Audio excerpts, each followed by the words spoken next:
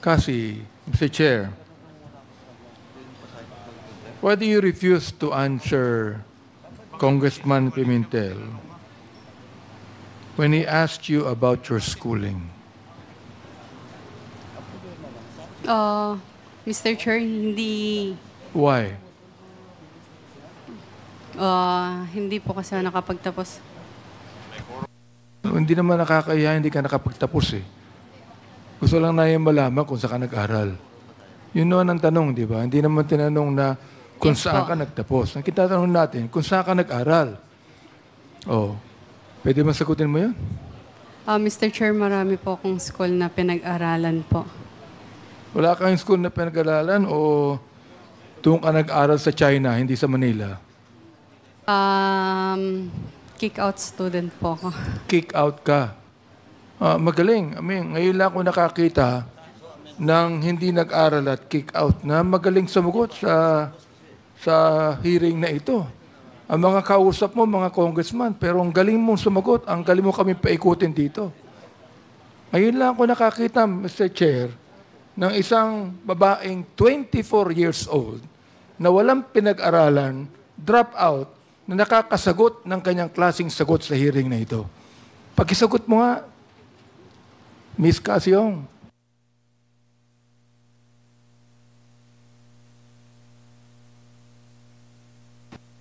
Hindi mo kaya ang sagutin? Aba, magaling ka. Sapagkat napapaikot kami lahat dito. Oo. O, siguro mamaya, si Congressman Romy ako magtatanong sa iyo. Pero ito, sabihin ko kaya na pa ako nakikinig Mr. Chair O, at nakikita ko na marunong ka May alam ka. Edukado ka. And you tell me now, you are refusing to answer the question of Congressman Pimentel on where you studied? Hindi naman namin tinatanong kung anong antas ng pinag-aralan mo Oo. Ang tinatanong, hindi ka ba nag-aral ng elementary? Let me ask you. Nag-aral ka ba ng elementary? Hindi. Opo. Ayun. Sumagot ka din. High school, nag-aral ka. Mr. Chair. Hindi po, Mr. Chair. So, hindi ka nag-high school, elementary lang tapos mo? Elementary lang? Opo. Ay, Mr. Chair, genius to. Genius. Elementary lang natapos niya, pero pinapaikot mo si Congressman Fernandez. Elementary nga lang Pinapaikot si Congressman Fernandez. Napapaniwala pa ni Congressman. Hindi, we're trying to be lenient. Mr. Chairman, if I may. We're just trying to be lenient because, yun nga, sinasabi natin, okay naman, nag-waiver na siya Yun nga lang problem, si withdraw And that's the reason why medyo, bakit ganun? Kasi nga, winidraw na namin yung, Tinan mo di ba? Kanina, nabanggit mo kay Congressman Dan Fernandez, hindi nabigyan ng lisensya. Narinig ko yun, You were not given a license. Now, what license are you talking about? Nag-email po Mr. Chair, nag-email po si PAGCOR sa email ko dahil ako po yung authorized po. Kaya sa akin po nag-email. Ang sabi po ni PAGCOR po is hindi po sila magbibigay ng lisensya. Sa hindi PAGCOR. siya mag-renew. PAGCOR. Opo, Ang Mr. Chair. PAGCOR, hindi nagbibigay ng lisensya sa mga building. Nagbibigay ng lisensya sa POGO. Di ba? Opo, bali po. Kanina binabanggit mo na wala kang kinalaman sa POGO Mr. Chair, may I explain po? Kahit mag-explain ka, tatanggi mo na naman na involved ka sa POGO Hindi ba? You're going to explain, but you will still insist that you have nothing to do with POGO.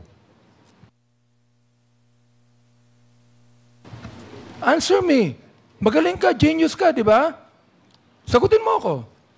You have nothing to do with POGO, but you applied for a license in PAGCOR, and you will refuse a license. What kind of license? PAGCOR is not giving a license for apartments or buildings. They are giving licenses for POGO. What are you applying for? Yes po, Mr. Chair.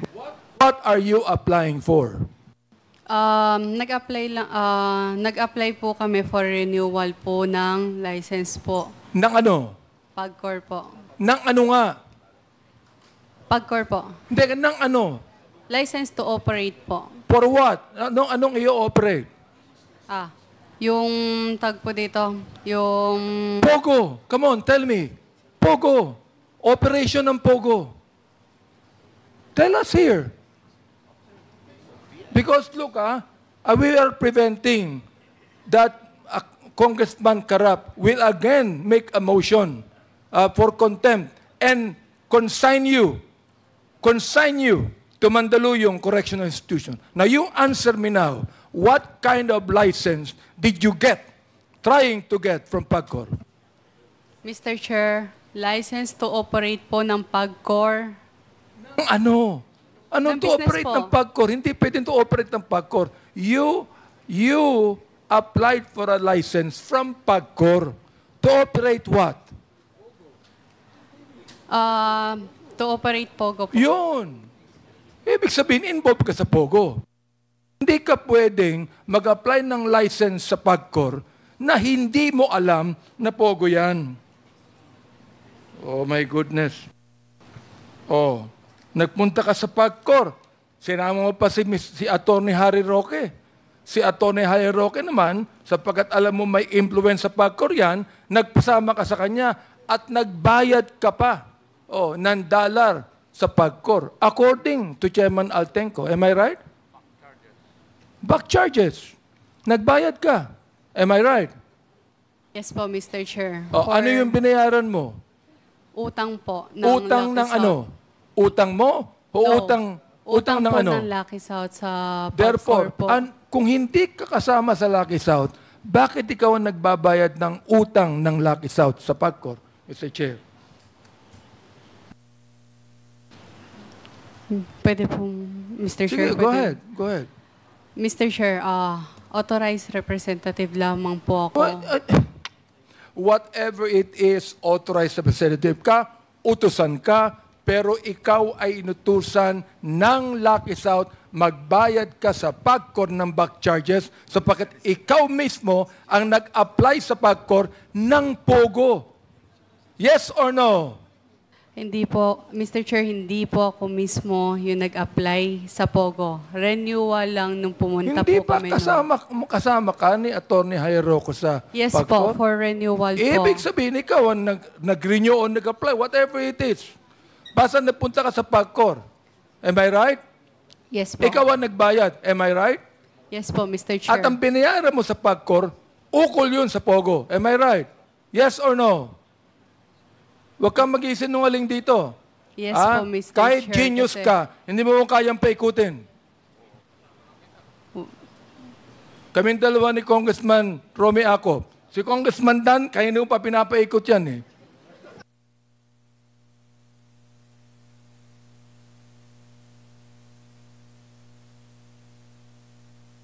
Mr. Chair. Mr. Chairman. Congressman Abante. Alam mo, Mr. Chairman, this is not a laughing Yes, matter. yes, Congressman Dan.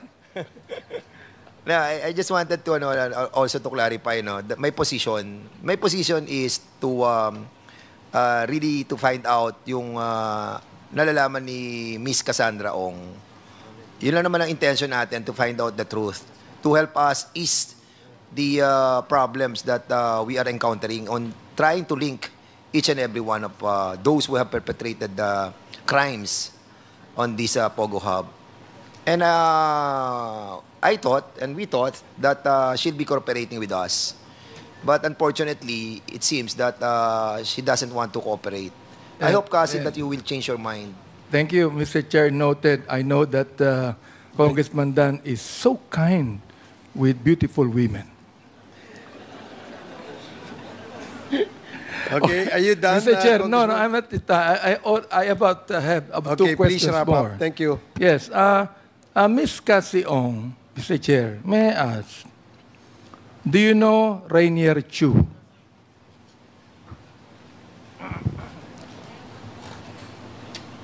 Do you know Rainier Chu?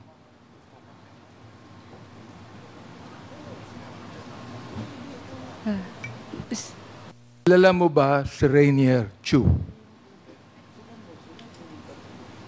Yes or no lang yan, kung kilala mo siya o hindi.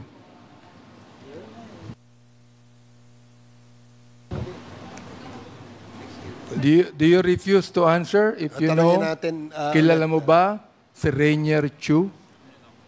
Mr. Chair, I invoke my right. Ha? I invoke my right to remain silent. No, you cannot invoke your right. That is not, this is not a court. This is a hearing in Congress. Chairman. She invoked her right Chairman. not to answer. Tinatanong kita, kilala mo ba si Rainier Chu? Okay.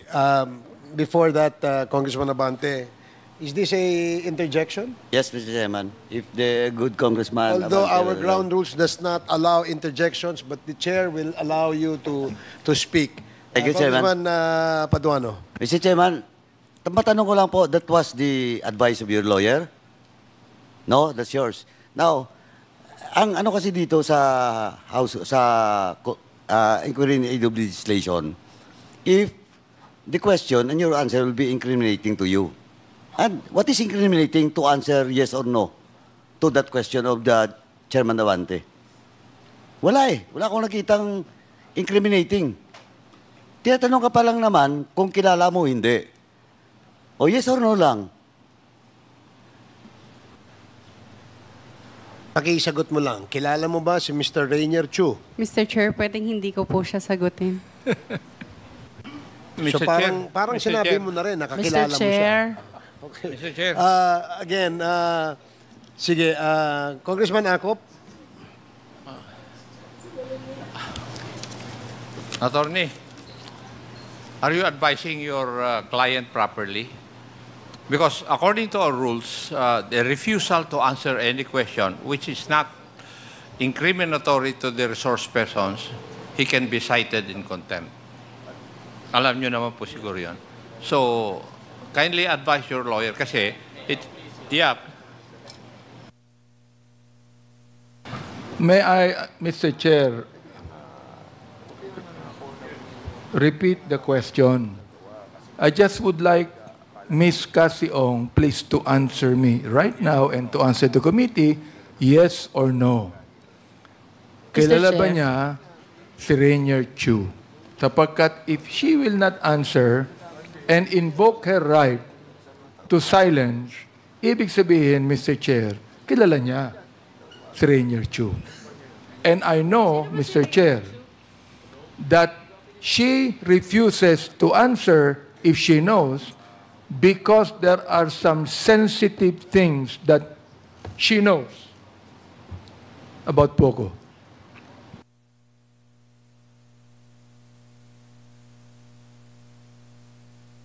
So your 30 seconds is up. Kasi, kilala mo ba si Mr. Rainier Chu? kakilala po. Okay. Yun. Pero po, again, hindi ko po siya, parang, O, yun ang susunod kong tanong. Ano ang pagkakilala mo sa kanya? again, hindi ko po siya sobrang close po. Pero kilala ka niya. Hindi mo siya masyadong kilala, pero kilala ka niya at kilala ka niya na ikaw ay involved sa Pogo Hub. Hindi ko Again, sinayo mo na kanina na ang binayaran mo sa Pagcor Pogo involved ka. Please, Miss Ong, please. Sapagkat you have been answering, kahit noon pa, I was asking you, na sinasabi mo palagi, hindi ka involved sa Pogo, hindi mo alam ang Pogo. Right now, anyone can be caught in the mouth. Okay? A fish is always caught in the mouth. Unless otherwise, you use a net. Alright? So therefore, ngayon, inaamin mo sa committee ito na you know about Pogo. Inaamin mo na yung Lucky South, Pogo ang negosyo. Yes or no?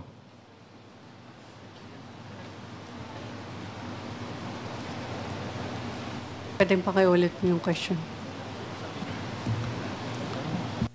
Mr. Chair, ang lakas na ho ng boses ko eh.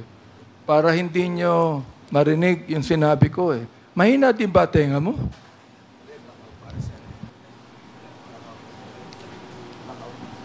Ang lakas na ng boses ko eh. Uulitin ko pa ba? If I may, Mr. Chair. Congressman Abante, if I may, just a few, Alam mo, kasi, sa tingin ng marami naming mga kasamaan dito, ikaw ay ginamit na dami.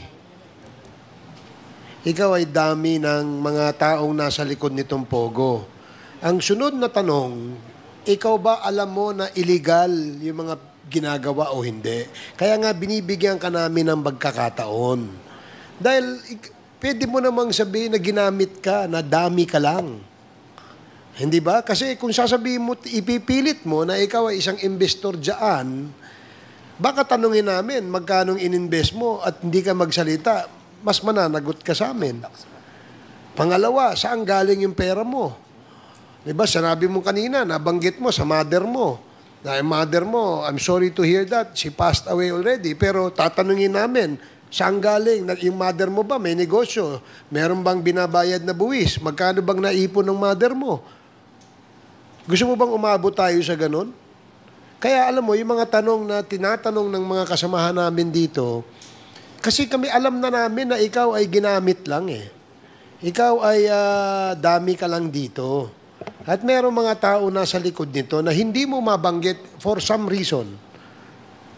No, for some reason, hindi mo mabanggit kasi maaaring malapit sa'yo, o hindi kaya ay kamag-anak mo, o hindi kaya ay boyfriend mo, o hindi kaya ay siya yung pilit mong tinatago sa amin. Di ba? Anong masasabi mo kasi? Sa lahat po ng question na po, hindi po ako dami. So, investor ka. Yes po. So, sige. Mr. Chair. Investor po ng ano? Mr. Chair, again po, Wordwin po. Mr. Chair, Kasi, how much did you earn in totality being the incorporator of Whirlwind Corporation? can I not disclose that po? Simple question. You've been a incorporator of Whirlwind Corporation. Kung ikaw ay incorporator, siyempre, at least alam mo kung magkano. Sabihin na lang natin, nung nag-start ka ng, sa Whirlwind Corporation, nung 2019 yung sa 2022. So, magkano yung kinita mo na doon? Nagbabayad ka ba ng income tax? Do you have an income tax return? Ipatanong ko po sa tao ko. Basta, Kasi you're handling so much money. Tapos, a simple income tax return, hindi mo masagot. So, be cooperative. Magsabi ka na kasi ng totoo sa amin. Kasi yun lang kami makakatulong sa'yo. Natatakot ka ba sa mga tao na kapaligid sa'yo? Hindi ka natatakot? Hindi ka natatakot makulong? harapin ka ng boss, Ha? Mr. Chair. Ano na? If ever po there's a case against... Haharapin mo na lang yung kaso. Opo. So in other words, you don't want to be protected by being cooperative to this committee, and you will face the music with the court. Is that what you're trying to say? Ay, ibig sabihin, mas gugustuhin mo pang harapin talaga yung kaso mo sa korte kaysa bigyan ka namin ng pagkakataon na maging parte ng aming pinaglalaban dito sa Quad Committee ito na mag-cooperate ka sa aming investigasyon. So, in other words, you will not be you will not be cooperating anymore by naming names. Yun lang naman hinihingi namin sa'yo kasi mga pangalan Wala po ako may bibigay na pangalan, Mr. Chair. Mr. Chair, Sige, Mr. Chair, Congressman Abante. I'd like to make a motion that we invite Mr. Rainer Chu in this hearing, Mr. Chair. I so move. There is a motion to invite Mr. Rainier Chu. Any second? Second, Mr. Chair. Julie seconded. No objections. Hearing no objections, the motion is carried. Comsec. Okay, Mr. Chair, isa na lang tanong, no? Sinabi mo kanina, Mr. Chair, Miss Cassie, na ang involvement mo ay yung income rentals ng Whirlwind. Am I right? Oo. Yes po, Mr. Chair. Tanong ko lang ganito. Yung income rentals per square meter, di ba? And per ulo operator. Am I right? Per ulo operator protection.